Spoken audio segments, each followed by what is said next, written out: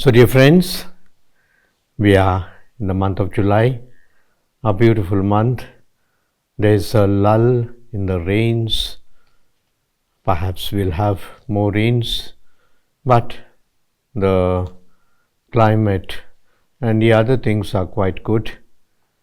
And we are told that we have had also sufficient amount of rains that filled up our lakes, our dams, and also our reservoirs, our wells also.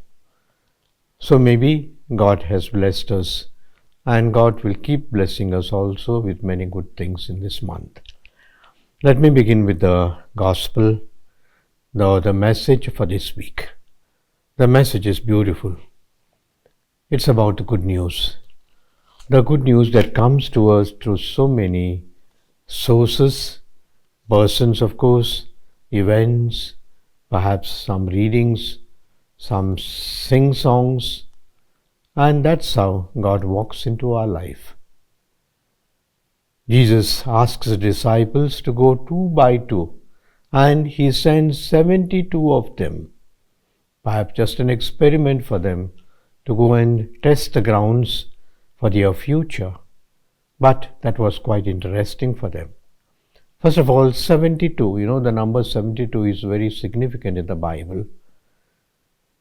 As we see in Genesis chapter 10, a table of apostles or the announcers that are sent. In Exodus 24, Moses himself sends about 70 persons. So the number 72 is very significant in the Bible. The second thing that we note is the precariousness of the gospel, precariousness of the good news. Jesus sends his disciples, but he doesn't give them anything.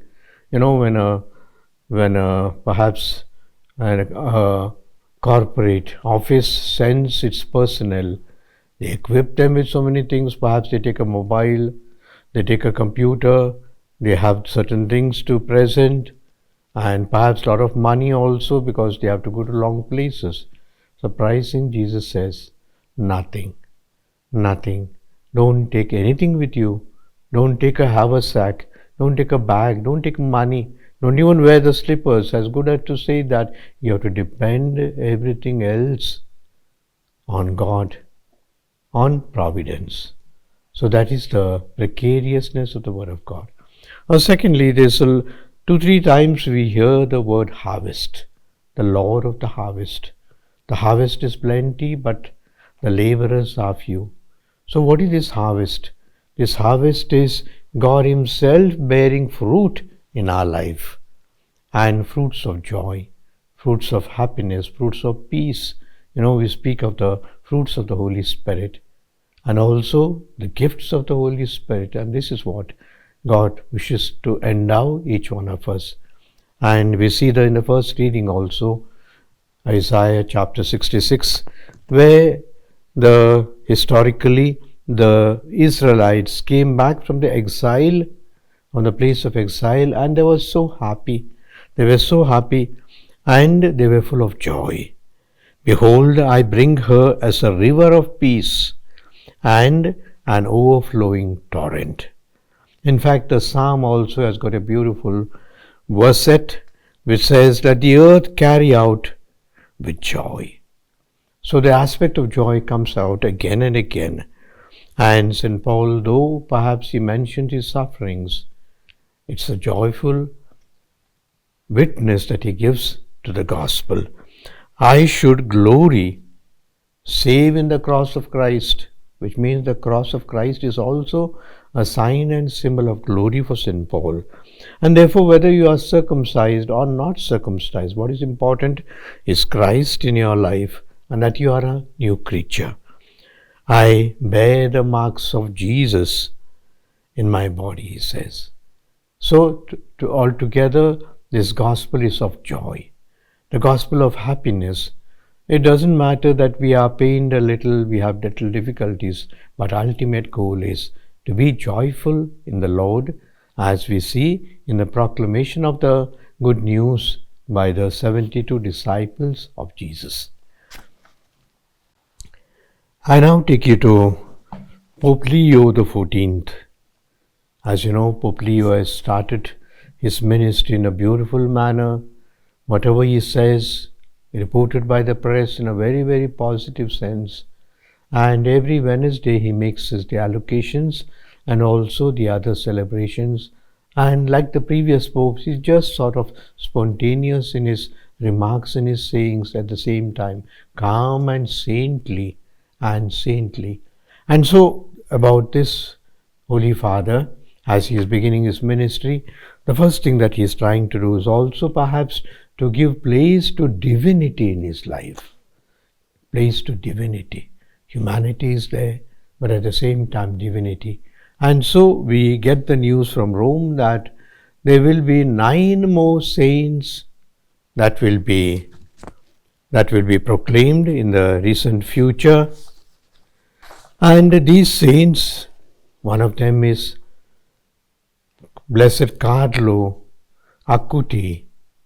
He was a boy saint, and Pope Francis was very fond of him, referred to him many times, and Pope Francis wanted him to be a symbol of the youth, icon of the youth for this century, and therefore he was to be canonized by Pope Francis somewhere in the month of April or so, and we know that the Holy Father passed away, and so this was postponed, and we are told that Blessed Carlo Acutis and Pier Giorgio Frassati will be declared as saints or canonized on 7th September of this year. Besides that, on the 19th October, we are told another 7 blessed will be canonized as saints. I just read out their names. They are historically or perhaps geographically placed in different places, but each of them to become a saint in the church is a great, great privilege. So Bartolo Longo, Maria Troncati, Vicenza Maria Poloni, Jose Gregorio Hernandez, Mother Carmen Rendiles, Ignatius Chaukralla, and Peter Dotot. And so these are the persons that will be declared as saints and canonized by the Holy Father in the month of September and October. I speak to you about the Prolife program in the Archdiocese. You know, we have a beautiful family commission that has been over the years conducting what we call the marriage preparation courses and also involved in the many family activities.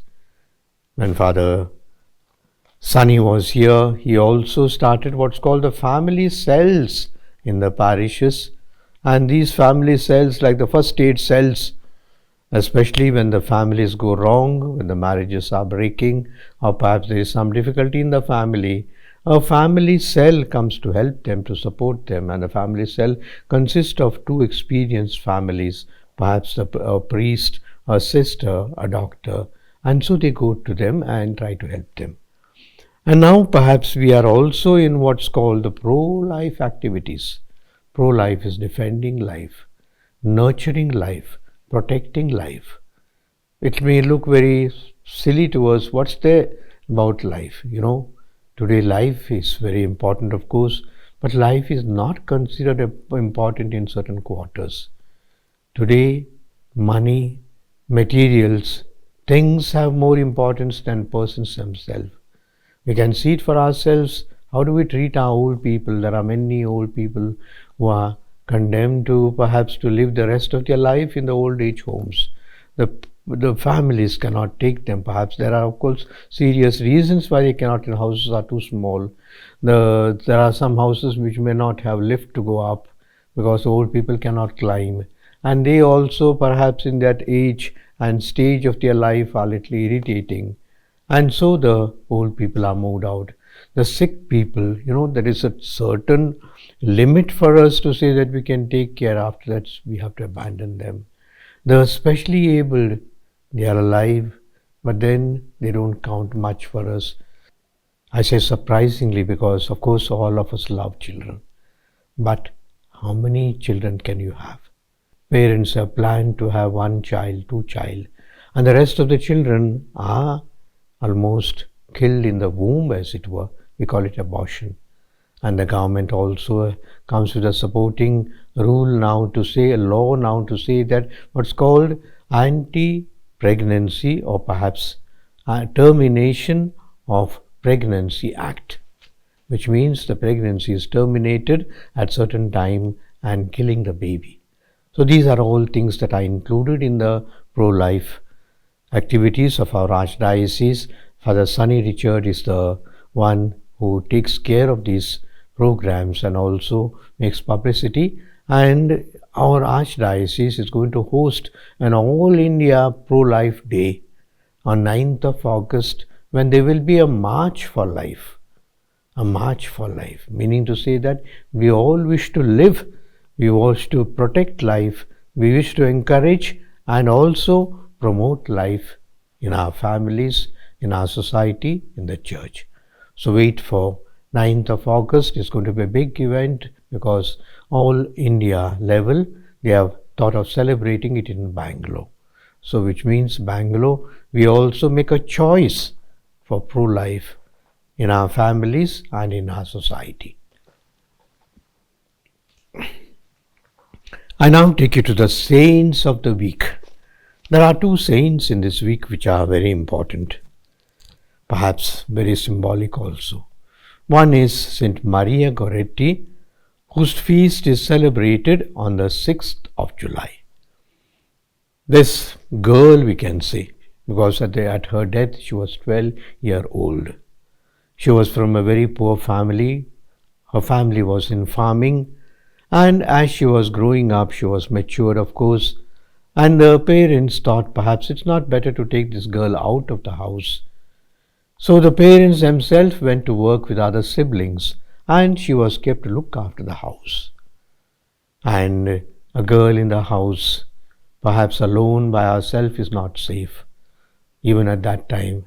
And so we are told that a certain boy named Alessandro, about 20 years old, had lustful feelings towards this girl, Maria Goretti, and he even came and asked her that they could be together, they could make love to each other, and Maria Goretti was fiercely refused and said, "No, I do not want to lose my chastity, I do not want to lose my virginity. I would like to preserve it for that moment or perhaps that purpose which God has created." And lust is furious. This man was furious, and because she sort of objected and refused, he took a knife and stabbed her 14 times. 14 times.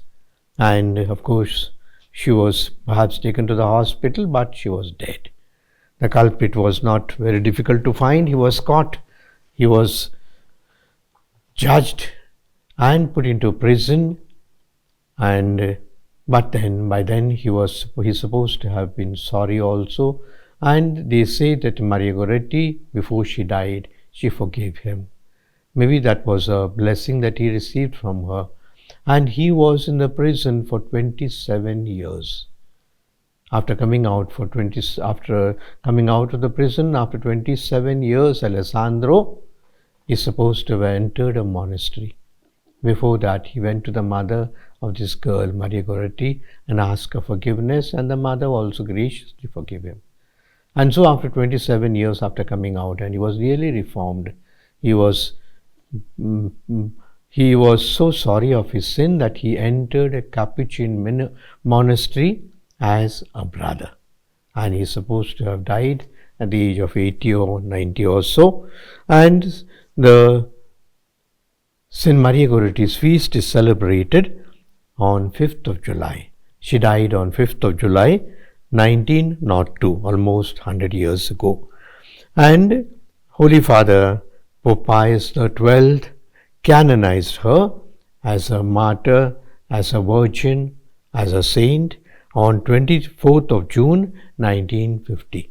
So we have this girl model, a model for all the girls to protect their chastity, their virginity, at the same time to have respect for each other, the boys and girls, in order to keep our life dedicated for some good cause. So therefore, I offer this as a model for all our girl children. The second saint for this month is Saint Benedict. We have heard much about Benedict. We have also the Benedictines in our Archdiocese in two places, and the Benedictines of Anchepalya, that's called Kingeri. They have a monastery there from more than 100 years, and the abbot, the friars there, and they call the Saint Benedictine monastery Ashirvanam. Now, Saint Benedict, what about him?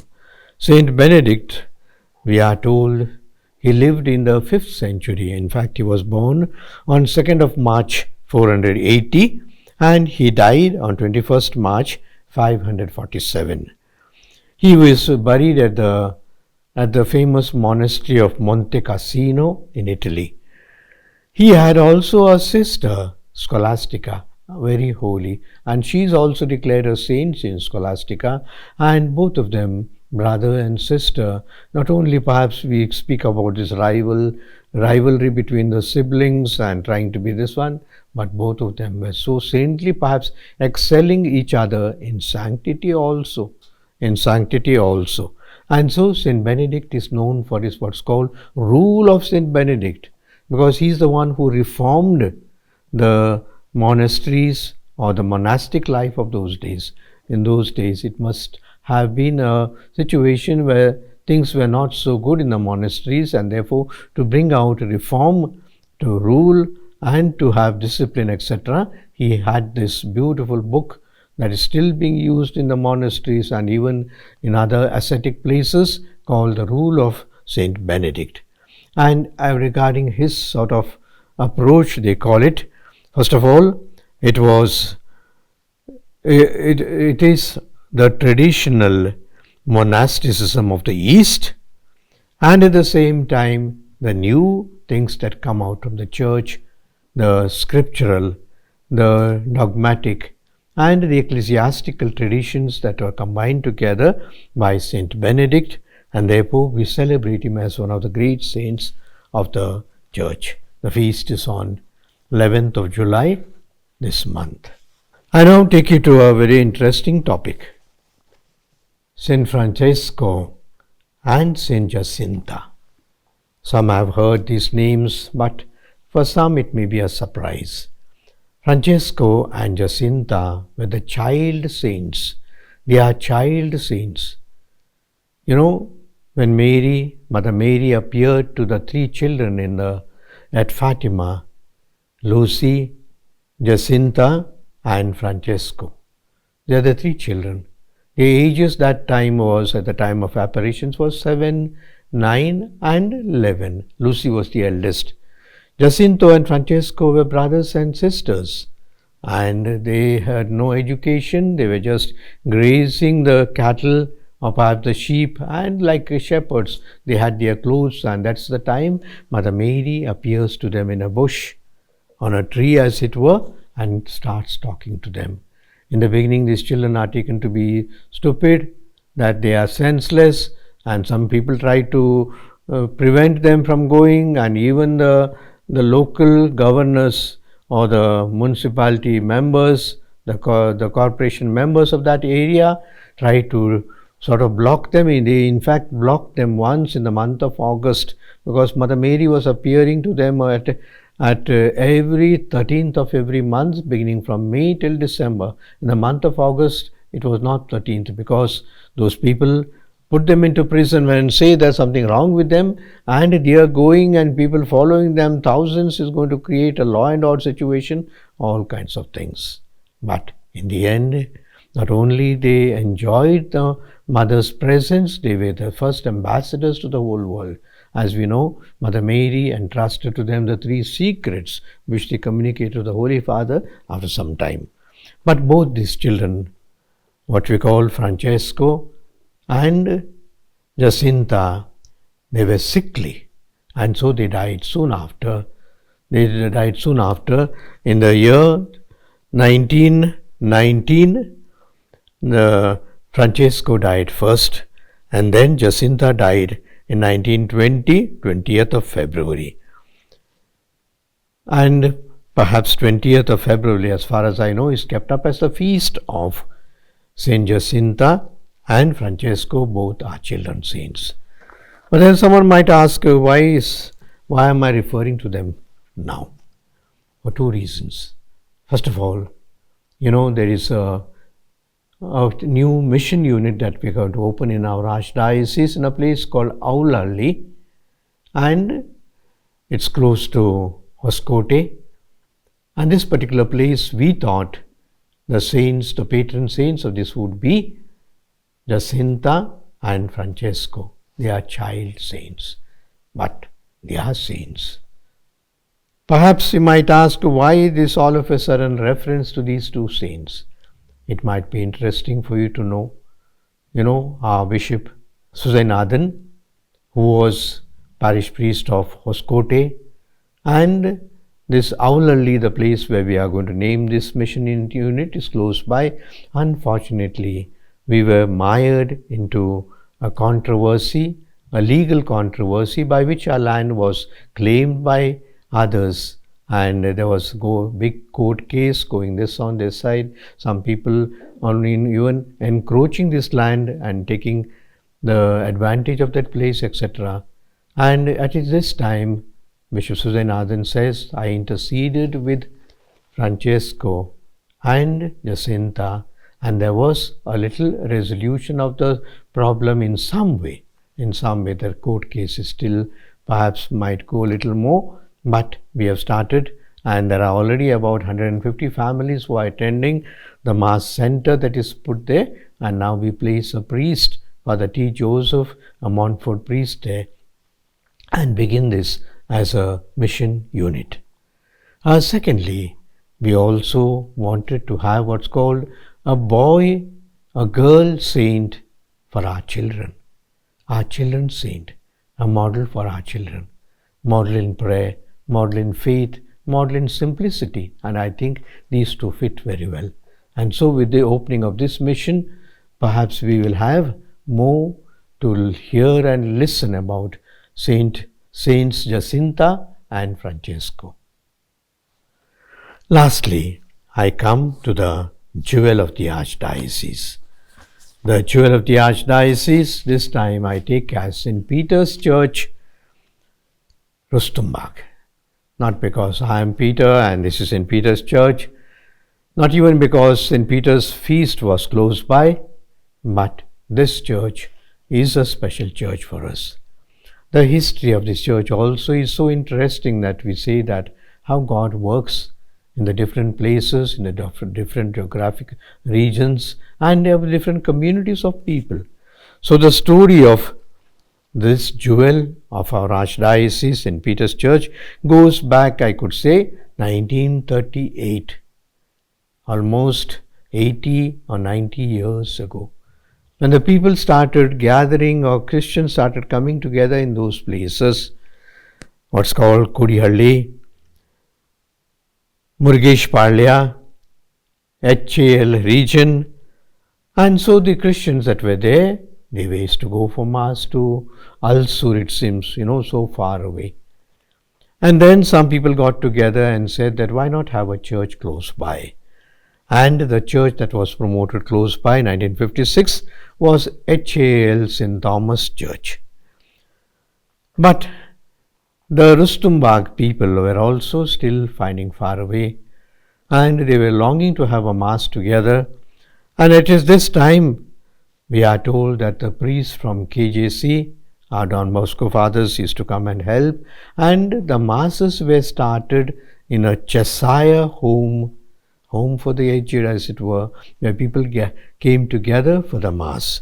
And this went on for almost 15-20 years. And the people were increasing, and at one time they said towards the end of just the beginning of the church, there were about 400 parishioners close by there. And so a certain Mr. J.M. Lobo, we are grateful to him, Colonel, moved by the faith of the people, approached Father Irudaraj, who is now in our clergy home and is quite aged. But then Father Irudaraj was very active that time, and both of them went to the Archbishop and said, Archbishop Alphonse Matthias, and said, this is the need of the people. And that is how there was an attempt made to buy a plot of land 100 into 110, and therefore this plot perhaps was the first community hall that was prepared by Monsignor Japamale and encouraged by Archbishop Ignatius Pinto. And they say it took about 5 months construction, and with the help of also certain foreign funds, Koch Foundation, it was inaugurated in 2002. So the first church was inaugurated in 2002. Later on, it was entrusted to the Holy Cross Fathers for some time, and then our diocesan fathers took over, and the first priest, parish priest, is supposed to have been Father Joseph Francis. We call him Jofra. Joseph Francis was the first parish priest, and he was the rector, even the professor at St. Peter's Seminary, Malleshwaram. And he was doing both the jobs. He was teaching there at the same time looking after the people, and we know how dedicated and how devoted a parish priest he was. And later on, Father Jerome Reugo, Father Adolph Washington, Father Arukyanathan is credited to have built the new church. He, along with his people, he got the officers, and the others got to know, and with his pleasant nature, he approached the people, collected the money, that time about 45 lakhs he is supposed to have collected from the people, and that is how the new church was built and inaugurated on 26th of January 2012. And Archbishop Bernard Morris was the bishop that time, and he is the one who inaugurated this church, and ever since Rustenburg, which is next to the hospital, and we know that there are a lot of people there. Unfortunately, the present parish priest, who is a very devoted and dedicated parish priest, Father Jairaj, who is also helping us in the land and the other rental departments of the Archdiocese, he commutes often, he finishes his pastoral duties and comes to the bishop's house. He is a good priest, and he tells me that the great difficulty of the people is now parking.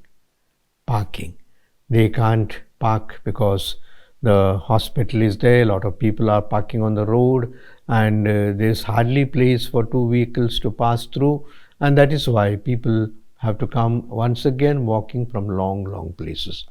I myself do not know how to solve this problem of the parking, because it's almost a dead-end church, but the fact that people are still coming, that St. Peter is blessed and honored in this church.